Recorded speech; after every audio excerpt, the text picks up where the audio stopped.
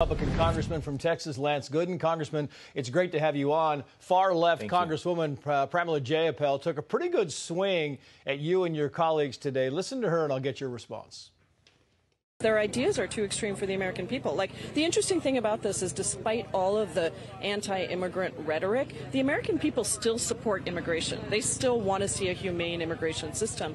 But Republicans don't have real solutions. Yeah, no solutions. Your thoughts? Well, the part about Americans want a humane immigration system is absolutely right, so we can agree on that.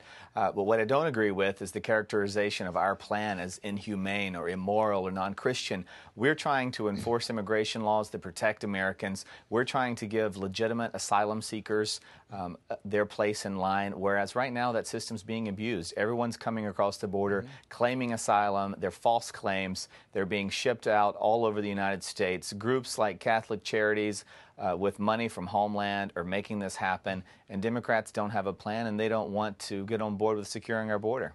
Yeah, not to mention the fentanyl that keeps coming across the border that's killing thousands of Americans. Families of 60 young people, as you may have heard Jeff just talking about, who died of fentanyl overdose, now suing Snapchat. Here's one of those moms. I had no idea that Snapchat's algorithm was pushing drug dealers to my kid, and that he could get drugs through Snapchat, that they would solicit him, and he could get them delivered to the house as easily as he could get a pizza delivered. I had no idea. And they were not only drugs, they were fentanyl-laced drugs, and that's what killed him. Congressman, there appears to be absolutely zero desire, appetite to close this border. So what's the solution for this fentanyl crisis? Well, there are a lot of solutions. Declaring fentanyl a weapon of mass destruction is one that I asked President Biden to do last year. The parent that you just had on, the first word she said is, "I had no idea." So parents are going to have to wake up and know that their government, as long as Democrats are controlling the Senate and the White House, their government's not going to take care of them. Their government's not going to protect their children until Republicans are fully in charge in Washington. And so parents have got to be alert. They've got to wake up and educate children about how serious this is. These aren't just some of the drugs from back in the 80s and the 90s. These are very serious, deadly weapons.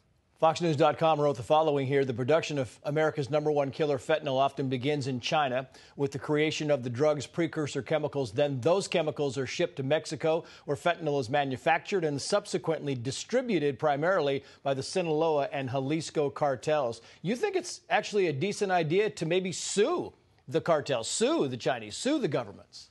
I think we need to stop giving these countries free passes. I think the Chinese are absolutely indirectly, if not directly, involved. I believe it's their goal to take our nation down, and they're certainly on their way with the fentanyl trafficking overseas, up through Mexico and across our southern borders. The cartels should be held liable as well, but I think this idea that a nation cannot be held liable for killing our United States citizens is crazy, and it needs to be changed. Congressman, thank you for your time. We appreciate it. Thank you.